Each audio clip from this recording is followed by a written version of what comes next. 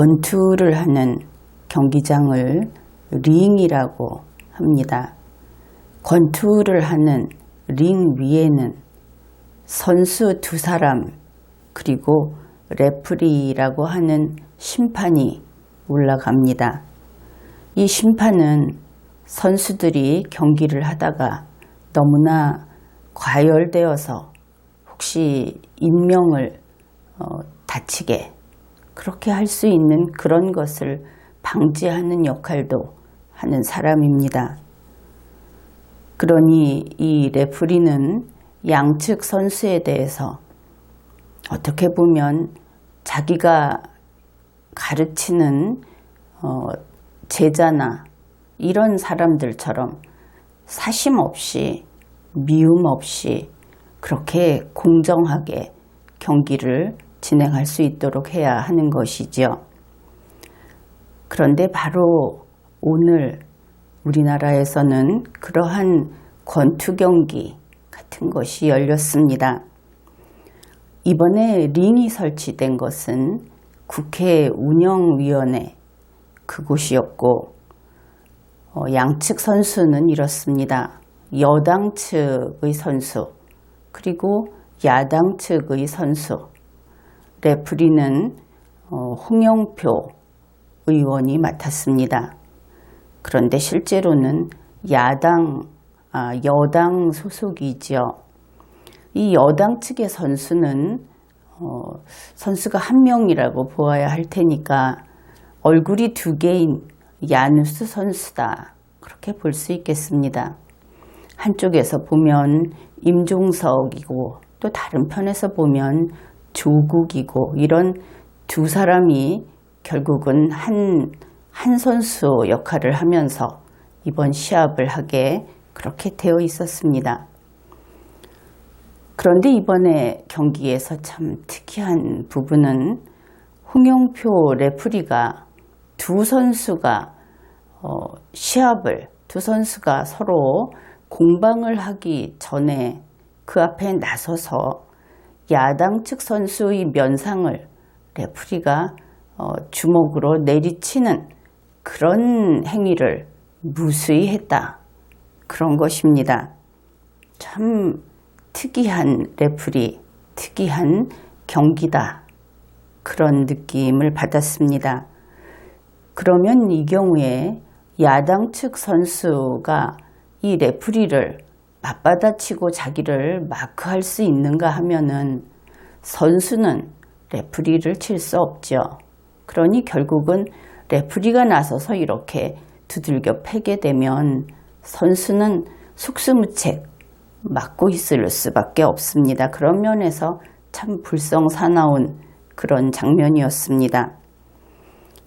심지어 선수끼리도 이번에 홍영표 레프리가 한 것처럼 그렇게 얼굴만 집중적으로 공격을 하는 그런 짓은 선수들조차도 많이 제약이 있어서 그렇게 못하는 것이죠. 그런데 레프리가 주먹을 휘두르니까 룰도 없고 무제한으로 그런 짓을 할 수 있었다. 그렇게 보였습니다. 그런데 이번 경기에서 반드시 승리하겠다 하면서 그 승리할 전략을 세운 곳이 문재인 청와대 정부이고 그리고 거기에서는 그 전략을 언론에 이미 밝혀버린 것 같습니다. 2018년 12월 28일 YTN에 그러한 내용이 보도되었습니다. 다름 아닌 민간인 사찰 의혹하고 관련해서 이번 이러한 공방이 벌어졌다. 그런데 거기에 대해서 문재인 청와대 정부는 첫 번째 카드로 쇄신이라는 것을 내놓았다. 그렇다면 지금까지와는 다르게 앞으로는 쇄신하겠다. 이렇게 받아들이면 되겠죠. 그 쇄신의 내용으로는 첫째는 대통령 비서실 직제 그것을 거기에서 감찰반 조문을 개정했다 하는 것이 하나 있고 그 다음으로는 특감반, 이제는 감찰반으로 바뀐 그 반장을 교체하고 앞으로 감찰 반원들도 새로 선발하겠다. 그것이 바로 첫 번째 카드인 쇄신이다. 그렇게 볼 수 있습니다. 언론에 나타난 바에 의하면 두 번째 카드, 그것은 바로 이 레프리를 한껏 믿고 있는 이 권투 선수들의 시합이 되겠죠. 임종석과 조국이 국회 운영위에서 적극 해명을 하겠다. 이것이 두 번째 카드라고 합니다. 그래서 문재인 청와대 정부에서는 2018년 마지막 날인 12월 31일을 끝으로 특감반 논란을 훌훌 털고 가겠다 하는 그런 작전이었다. 이렇게 언론을 통해서 그런 내용들이 밝혀져 있습니다. 그러니까 바로 그런 목적을 위해서 레프리까지 나서서 상대 선수를 이렇게 룰을 지키지 않아도 된다 하는 그런 태도로 상대 선수의 면상을 가격하는 그것이 두 번째 카드 때문이다. 이것을 알 수 있습니다. 그러면은 그 쇄신이라고 하는 첫 번째 카드는 주요한 것인지 그것을 알아보기로 합시다. 2018년 12월 24일에 대통령 비서실 직제가 개정이 되었습니다. 직제 제7조에서 가장 먼저 눈에 띄는 것은 법조문의 그 제명이 특별감찰반에서 감찰반으로 바뀌었다 하는 겁니다. 그 다음에 제7조 제4항에서 반원에 대해서 규정을 하고 있는데 이 부분에 아주 큰 그런 개정이 있었습니다.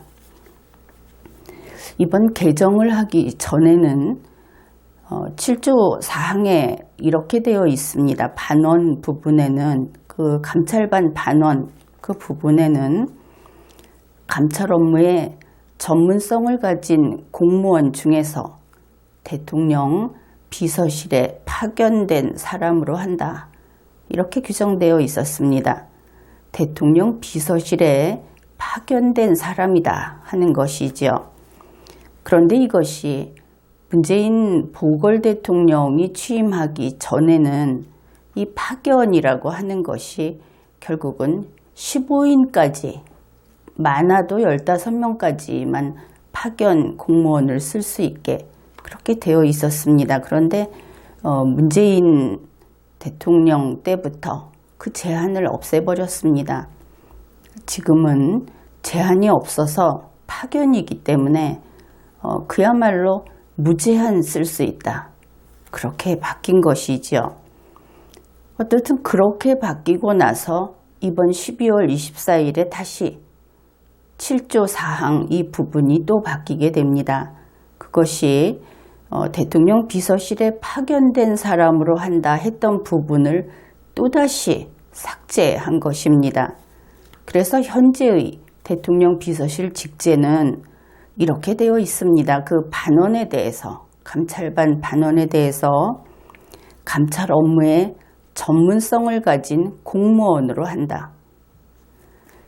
여기에서 이 감찰반의 반원이라고 하는 사람은 감찰을 하고 지금까지 보도된 바에 의하면 정말 아무데나 찾아가서 보도된 내용 안에서 아무데나 찾아가서 자료를 달라 그러고 사람들에게 요구를 하고 그랬던 것을 알 수 있죠. 바로 그런 일을 하는 사람을 대통령 비서실에 파견된 사람이 아닌 사람들이 그것을 하게 되었다. 이번에 개정한 내용이 그것입니다. 문재인 청와대 대통령은 처음에는 15명이라는 제한을 없애버리고 무제한으로 만들더니 이번에는 파견된다고 하는 그 부분을 아예 삭제해버렸다. 그런 것이지요. 그것이 어떤 의미인지를 좀 더 자세히 설명을 하겠습니다. 감사원에 A씨라는 공무원이 있다고 합시다. 그가 이번에 개정된 대통령 비서실 직제에 따라서 청와대 감찰반 반원이 된다. 그러면 어떤 일이 생기는가? 청와대 감찰반 반원인 A씨는 그 소속이 여전히 감사원입니다. 그는 감사원 공무원인 것이죠. 그리고 청와대 파견 공무원이 아니게 됩니다. 개정이 됐으니까.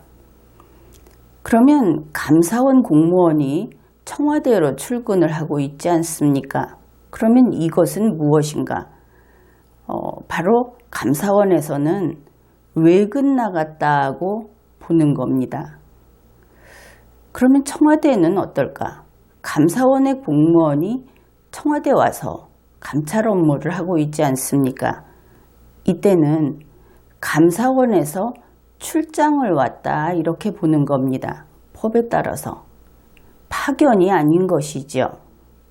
그런데 이렇게 했을 때는 엄연히 법적 한계가 있습니다. A씨는 외근을 하든 출장을 갔든 그는 감사원 업무밖에는 못하게 되어 있습니다. 그것이 법이지요.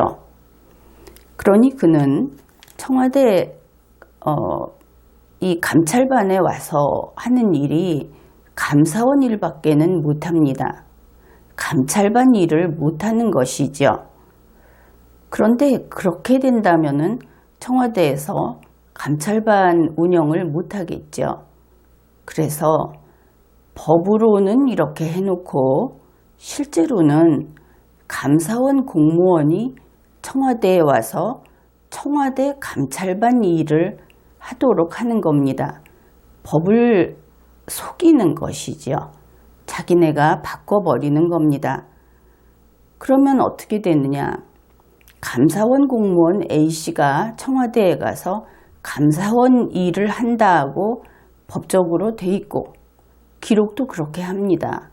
그런데 실제로 이 사람은 청와대 소속이 아니면서 청와대 파견 공무원도 아니면서 청와대에 와서 감찰반 반원 노릇을 하는 거죠.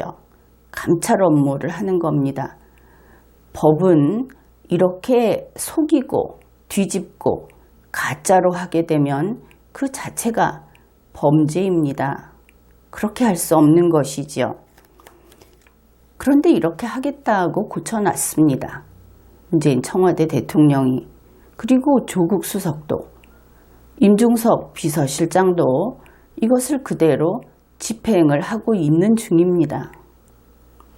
이미 그 자체로 범죄 행위를 계속하고 있는 것이죠.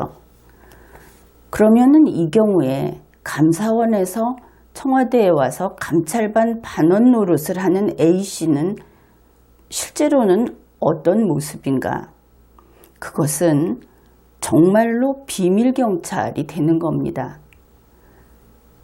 왜냐하면 그에게는 청와대 직원으로서, 청와대 공무원으로서의 신분이 없습니다. 신분 없는 자가 비밀경찰 노릇을 하는 것이죠.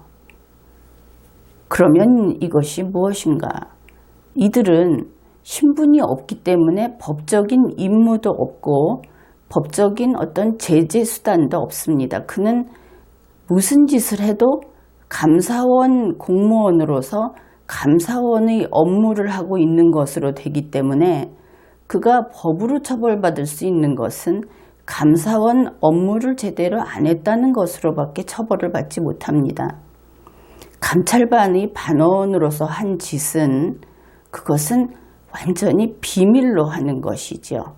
실제로 사람이 다치고 죽어도 그것은 자기네들의 시스템에는 없다. 이렇게 하는 것입니다. 예를 들면 우리의 경우에는 북파 공작원 같은 그런 신분이 된다 하는 겁니다. 다시 말해서 사찰에 문제가 생기니까 이제 복면을 쓰고 사찰을 하겠다. 그렇게 비서실 직제를 고쳐 놓은 것이죠. 이렇게 감사원의 공무원이 청와대에 출장을 와서 비밀경찰 노릇을, 다시 말해서 감찰반의 그 반원으로서 감찰 활동을 하다가 문제가 생길 수 있겠죠. 이번처럼 감찰의 한계를 넘어선다든지, 애초에 그 감찰도 할 수 없지만, 그랬을 때는 이제 이 경우에도 청와대는 완전히 책임을 면하겠다고 이번에 직제를 개정해 놓았습니다. 어떻게 해 놓았느냐 하면은, 이 경우에 A씨는 감사원에 연락을 해서 당신네 공무원이 잘못했으니까 감사원에서 책임을 져라, 이렇게 하겠다고 하는 것이 비서실 직제 7조 6항입니다. 그것은 감사원 공무원의 범죄로 되는 것이죠. 얼마 전까지 문재인 청와대 정부에서 그 비서실에서 이 직제를 고치지 않은 상태에서도 그런 주장을 한 적이 있습니다. 그것은 이런 뜻이 됩니다. 만일 김부겸 장관이 법을 위반했다고 합시다. 그는 지금 장관이지요. 그런데 그럴 때 문재인 청와대 대통령이 한탄을 하는 겁니다.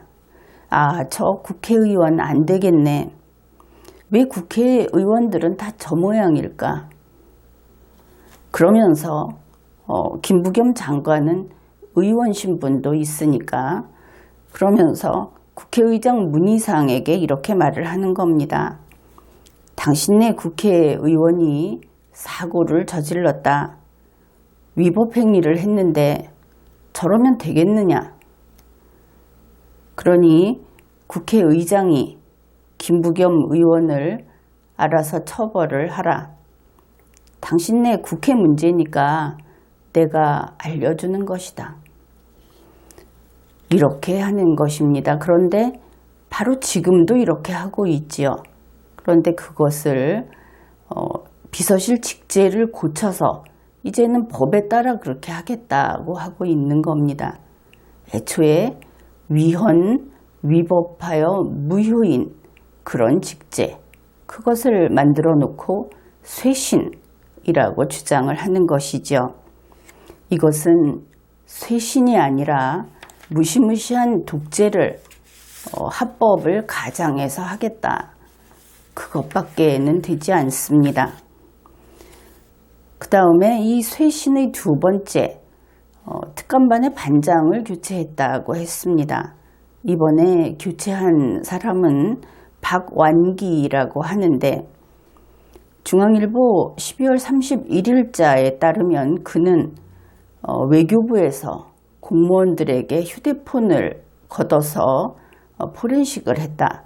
그래서 이 별건 감찰을 했다 하는 그 비판을 받았던, 그때 그 감사를 총괄했던 인물이라고 합니다.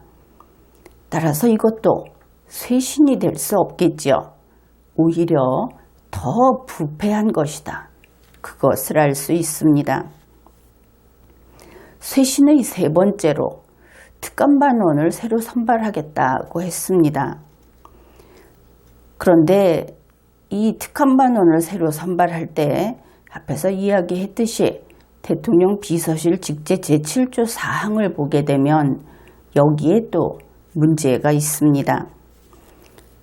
7조 4항에서 반원은 감찰 업무에 전문성을 가진 공무원으로 한다고 해서 대통령 비서실에 파견된 사람이라고 하는 부분을 삭제했던 것을 기억할 겁니다.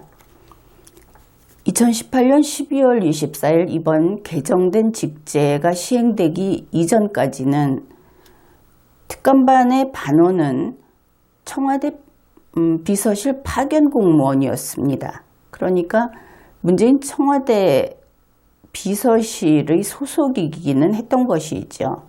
이 파견 공무원이 감찰을 맡았는데, 이번에 개정된 내용을 풀어보면 두 가지로 해석이 가능합니다.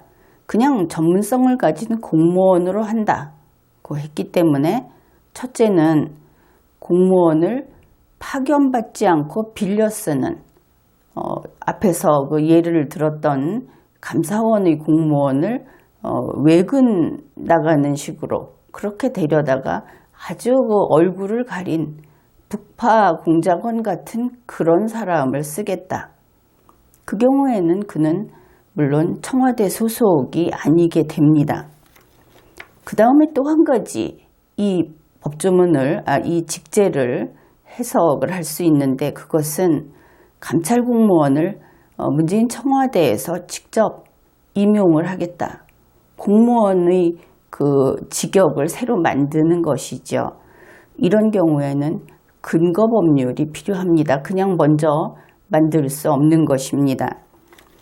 따라서 비서실 직제 제7조 사항 이 반원 부분은 그 의미가 일단은 일의적이지 않습니다. 최소한 두 가지로 해석이 되죠. 그래서 이것이 무엇인지를 명확히 밝히지 않으면 이것은 악법이 돼버립니다. 넓은 의미의 법이라고 보았을 때 그야말로 이헌령 비헌령 하게 돼서 이것은 법적 안정성을 해하는 것으로 그대로 묵과할 수 없는 그런 것이 됩니다. 그런데 무슨 법규를 이렇게 비전문적으로 만드는지 이해할 수 없는 그런 일을 또 벌인 것을 알 수 있습니다. 그래서 이것은 쇄신이 아니고 비밀경찰을 운용하는 것이다. 다른 이유 될 것이 없습니다. 이런 정부는 신임을 거두는 것밖에는 도리가 없습니다. 계속 이런 식으로 하게 되면.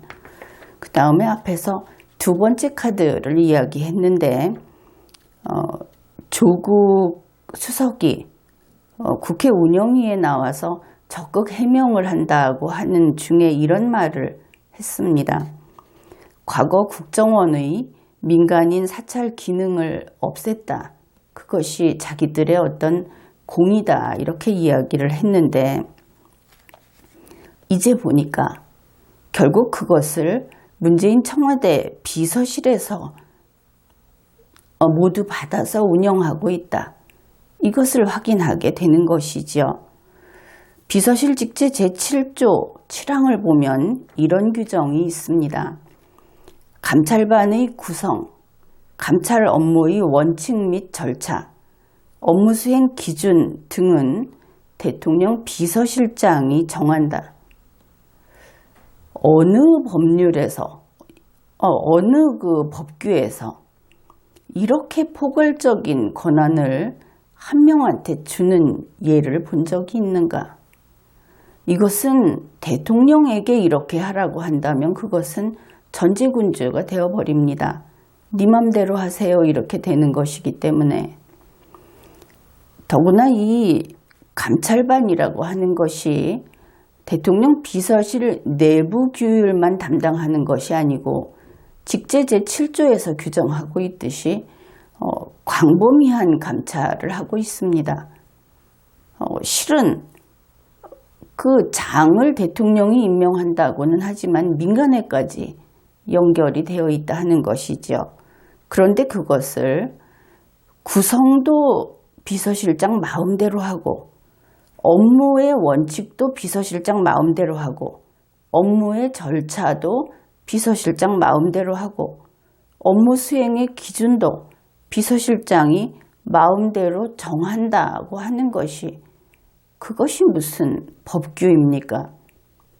아무것도 없이 비서실장 마음대로 한다 하는 거하고 별로 다를 바가 없죠. 무슨 법규를 이렇게 비전문적으로 만드느냐 하는 이야기는 여기서도 또 나오지만 이런 발상을 한다는 것, 누구 마음대로 하겠다. 이런 생각을 한다는 것은 이제 문재인 청와대 정부가 이제는 도저히 구제불능이다. 그런 판단을 하게 되는 부분입니다. 어떻든 이 두 번째 카드와 관련해서 살펴본 바에 따르면 결국 이것은 완전 독재 규정이다. 그것을 알 수 있습니다. 지금까지 리걸마인드 연구소였습니다.